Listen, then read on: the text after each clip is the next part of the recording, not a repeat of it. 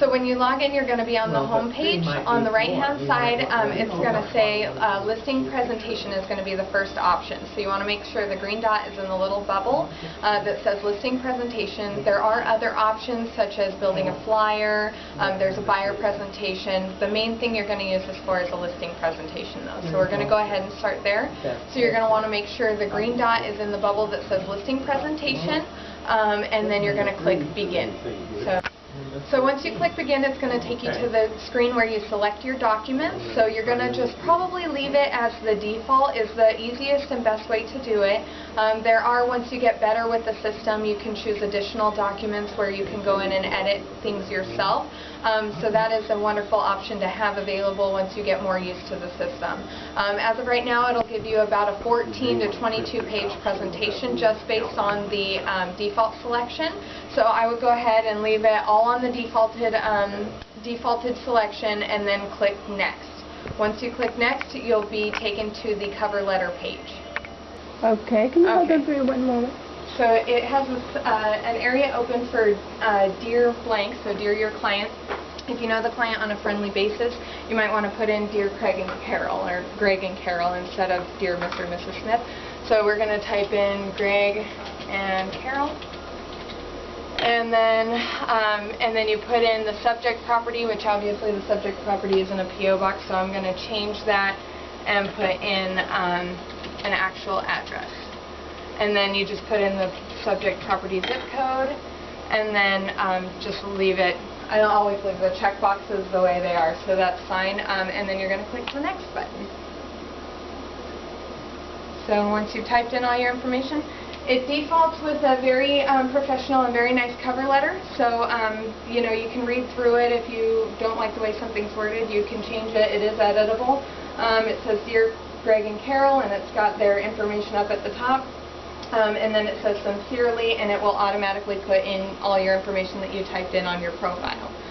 So it'll have that there. You can sign it afterwards if you like, so that it's more sincere and everything. So you can also type up your own cover letters and have those available. And do things like that, and you can copy and paste them in there if you'd like to have those. So I just leave it as the default. This program is actually very easy. It's already got everything set up. So leave it as the default and click next. This is the hardest part. So this is the part where you guys usually have the biggest issue. When you get ready to do this program, you're going to want to already have your comparables pulled up in the MLS.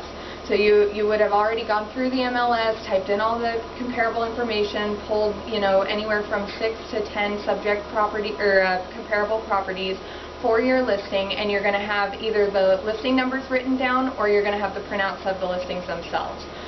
So have those next to you. When you're ready to, this program actually imports them in.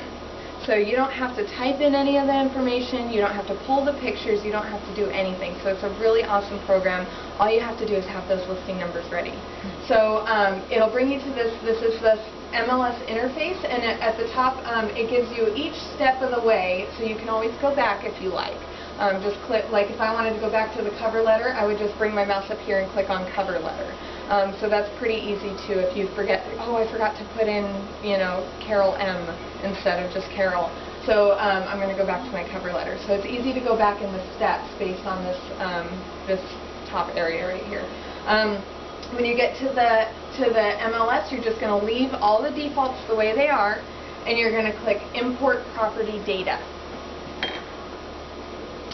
When you click Import Property Data, it's going to bring up the MLS. So you all know this program, you love this program, this is the way it is. So you're going to log into the MLS with your normal codes, your normal password, everything else.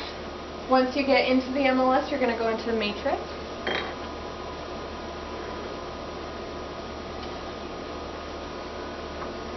After you go into matrix, you're going to do search. So on the second tab up at the top, you're going to do search. And you're going to choose MLS number. So you do an MLS number search. It says enter listing numbers separated by commas. So basically you have all your listing numbers there that you've already looked up and you already know are comparables that you want to pull. And you're going to type them in separated by a comma.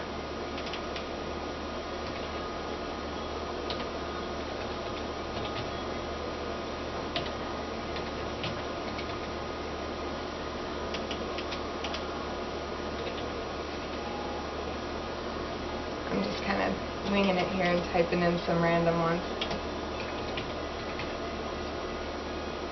So, okay, so I have two, I'm going to start off with just two comparables so that way it works.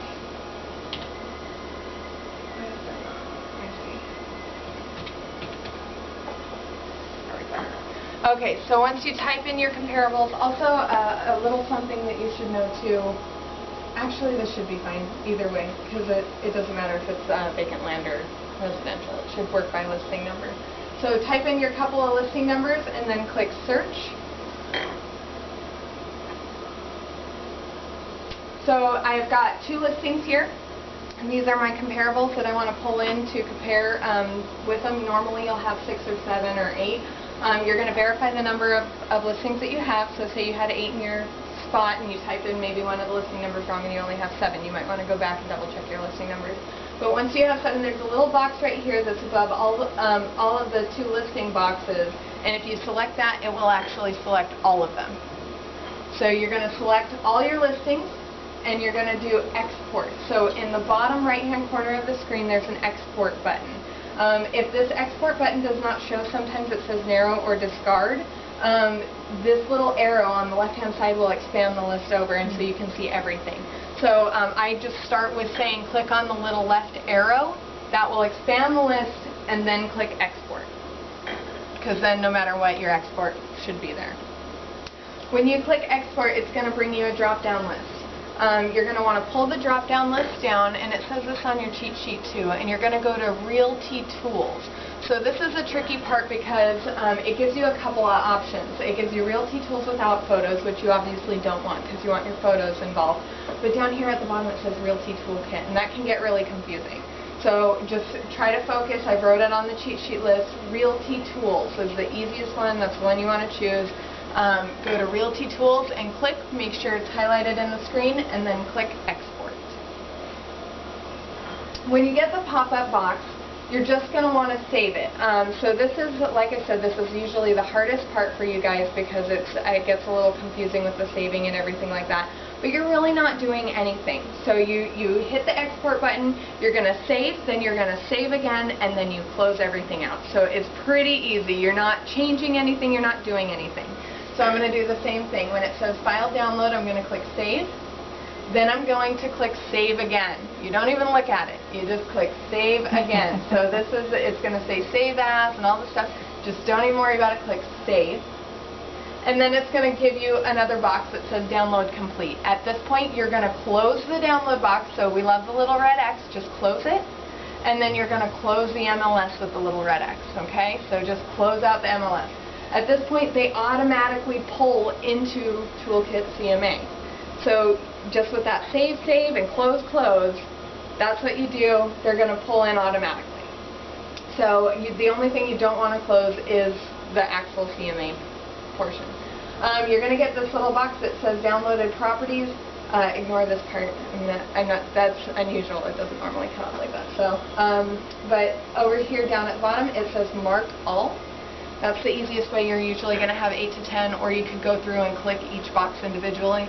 But Mark All is the easiest way. That's going to choose your 2 listings, and then you're going to do Next. So then it's going to give you pretty much the rest of the list, unless you're doing something fancy and you want to alter things. You're just going to click Next through, because everything's set up on the default. It's going to show you the selected fields. Address, city, style, bedrooms, bathrooms, square footage, sold price, list price. Those are the most important things in comparables that you want your client to see. If there's something important that you want them to see, like expiration date, the community it's in, covered parking, cooling, if something specific that they've requested or that they're looking for, they added on to their property and it's an additional feature, you can add those. So you would click whatever you're looking at, like cooling, and hit the little arrow to the right, and that will bring that option over to your selected list. I just leave it as the default and click Next. So the next is your friend. So we're rounding out to the end of the course. It says, do you want to save your presentation? Yes, you always want to save your presentation.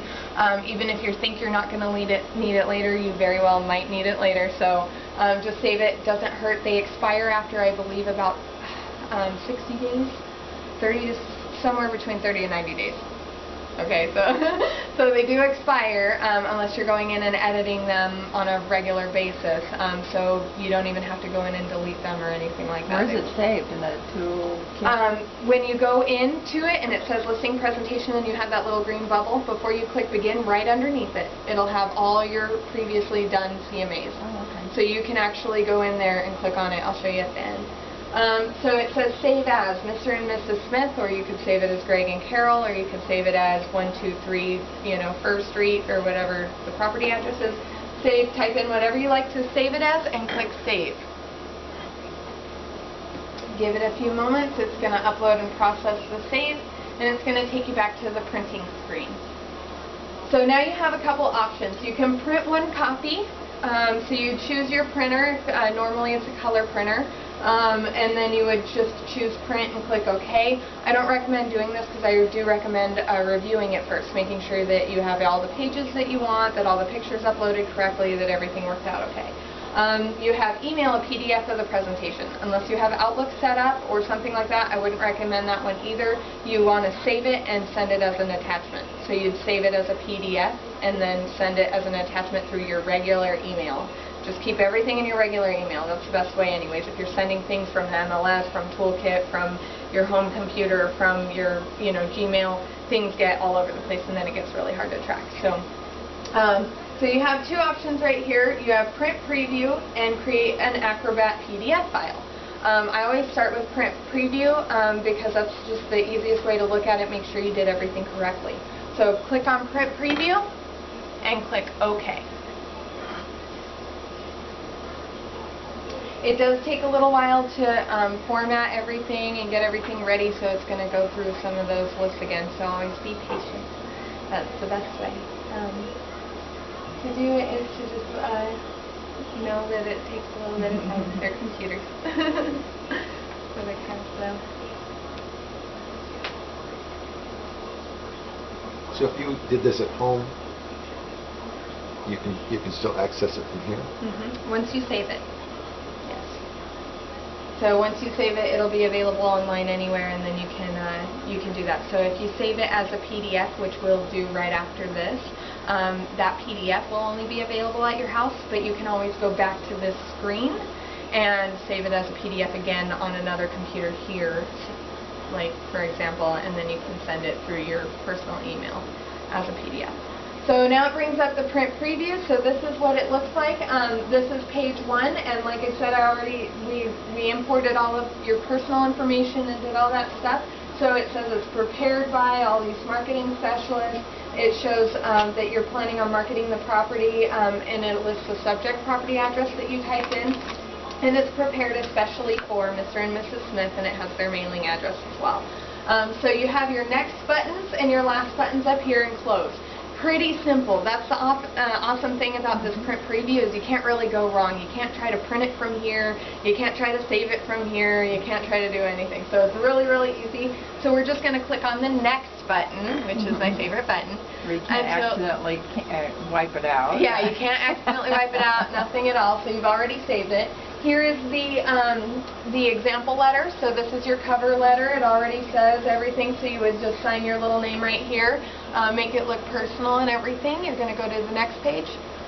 It already imports all this awesome information. So determining your home value, a comparative market analysis is, this is what it is, this is what we're doing, this is why I'm doing it. So it's already prepared all this for you. It's got all these fancy pictures, and it's got your information at the bottom of each screen. So you're just going to keep on clicking next. You can kind of look through. It's got intelligent pricing, the reason why you price things this way, the reason why if you price it too high, that's not a good thing. If you price it too low, that's not a good thing. It shows some fancy graphs and everything, and it looks like you put in a lot of time. So this is the area where we've actually put them in. So